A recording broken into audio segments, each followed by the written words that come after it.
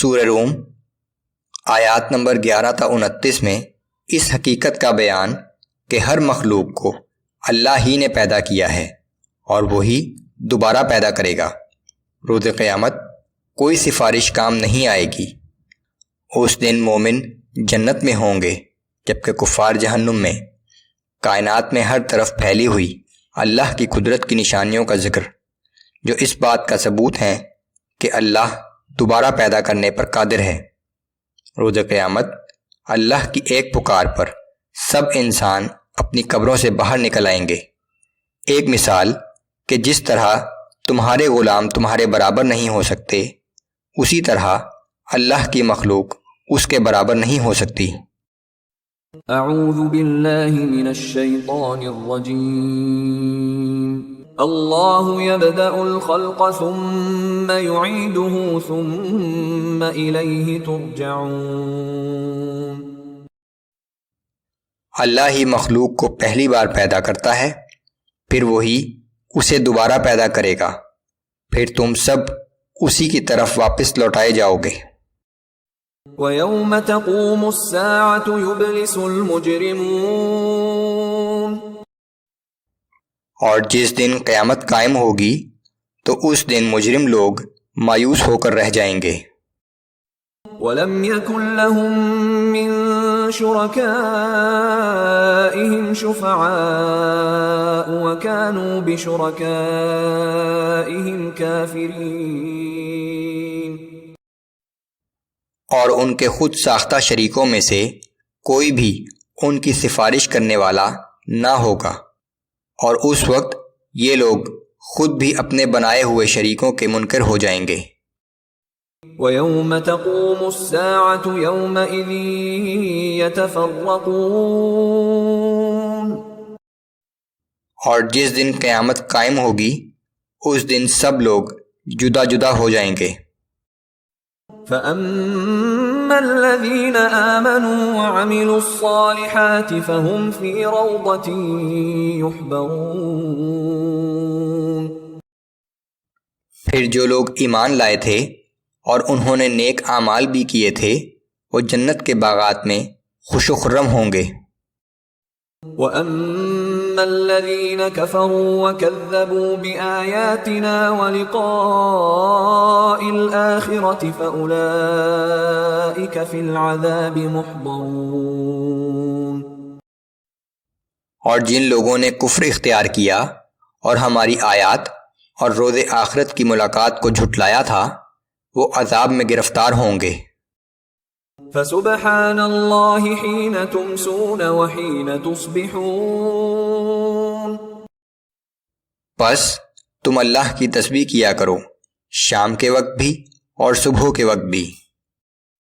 وَلَهُ الْحَمْدُ فِي السَّمَاوَاتِ وَالْأَرْضِ وَعَشِيًّا وَحِينَ تُظْهِرُونَ۔ اور آسمانوں اور زمین میں تعریف اور حمد و ثنا اسی کے لیے ہوتی ہے، سو اسی کی تسبیح و تقدیس کرو سہ پہر بھی اور ظہر کے وقت بھی۔ يخرج الحي من الميت ويخرج الميت من الحي ويحيي الأرض بعد موتها وكذلك تخرجون۔ وہی مردہ سے زندہ کو نکالتا ہے اور زندہ سے مردہ کو نکالتا ہے، اور وہی زمین کو مردہ و بنجر ہو جانے کے بعد زندہ و شاداب کرتا ہے، اسی طرح تم بھی زندہ کر کے نکالے جاؤ گے۔ وَمِنْ آيَاتِهِ أَنْ خَلَقَكُم مِّن تُرَابٍ ثُمَّ إِذَا أَنْتُمْ بَشَرٌ تَنْتَشِرُونَ۔ اور اس کی نشانیوں میں سے ایک نشانی یہ بھی ہے کہ اس نے تمہیں مٹی سے پیدا کیا، پھر تم انسان کی شکل میں ہر جگہ پھیلے ہوئے ہو۔ وَمِنْ آيَاتِهِ أَنْ خَلَقَ لَكُم مِّنْ أَنفُسِكُمْ أَزْوَاجًا لِتَسْكُنُوا إِلَيْهَا وَجَعَلَ بَيْنَكُم مَّوَدَّةً وَرَحْمَةً۔ اور اسی کی نشانیوں میں سے ایک یہ بھی ہے کہ اس نے تمہاری ہی جنس سے تمہارے لیے جوڑے پیدا کیے تاکہ تم ان سے سکون حاصل کرو، اور تمہارے درمیان محبت و ہمدردی بھی پیدا کر دی۔ ان فی ذلک لآیات لقوم یتفکرون۔ بلا شبہ اس میں ان لوگوں کے لیے بڑی نشانیاں ہیں جو غور و فکر سے کام لیتے ہیں۔ وَمِنْ آيَاتِهِ خَلْقُ السَّمَاوَاتِ وَالْأَرْضِ وَاخْتِلَافُ أَلْسِنَتِكُمْ وَأَلْوَانِكُمْ، اور اس کی قدرت کی نشانیوں میں سے آسمان و زمین کا پیدا کرنا اور تمہاری زبانوں اور رنگوں کا مختلف ہونا بھی ہے۔ إِنَّ فِي ذَلِكَ لَآيَاتٍ لِلْعَالِمِينَ۔ بلا شبہ اہل دانش کے لیے ان چیزوں میں اللہ کی قدرت کی بہت سی نشانیاں ہیں۔ وَمِنْ آيَاتِهِ مَنَامُكُمْ بِاللَّيْلِ وَالنَّهَارِ وَابْتِغَاؤُكُمْ مِنْ فَضْلِهِ، اور اس کی قدرت کی نشانیوں میں سے تمہارا رات کو سونا اور دن کو اس کا فضل تلاش کرنا بھی ہے۔ إِنَّ فِي ذَلِكَ لَآيَاتٍ لِقَوْمٍ يَسْمَعُونَ۔ بلا شبہ ان باتوں میں اللہ کی قدرت کی بہت سی نشانیاں ہیں ان لوگوں کے لیے جو توجہ کے ساتھ سنتے ہیں۔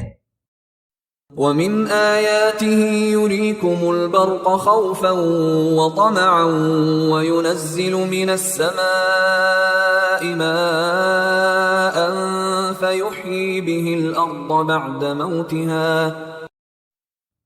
اس کی نشانیوں میں سے ایک یہ بھی ہے کہ وہ تمہیں بجلی کی چمک دکھاتا ہے جو بیک وقت تم پر خوف اور امید کے جذبات طاری کر دیتی ہے، پھر وہ آسمان سے بارش برساتا ہے اور مردہ زمین میں جان ڈال دیتا ہے۔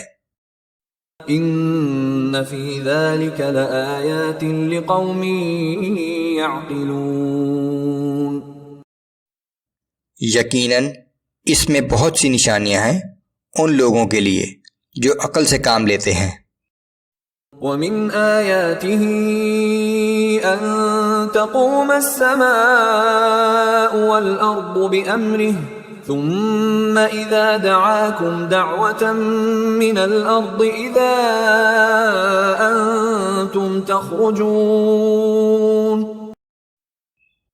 اور اس کی نشانیوں میں سے ایک یہ ہے کہ آسمان اور زمین اسی کے حکم سے قائم ہیں، پھر جب وہ پکار کر تمہیں زمین سے بلائے گا تو تم فوراً زمین سے باہر نکل آؤ گے۔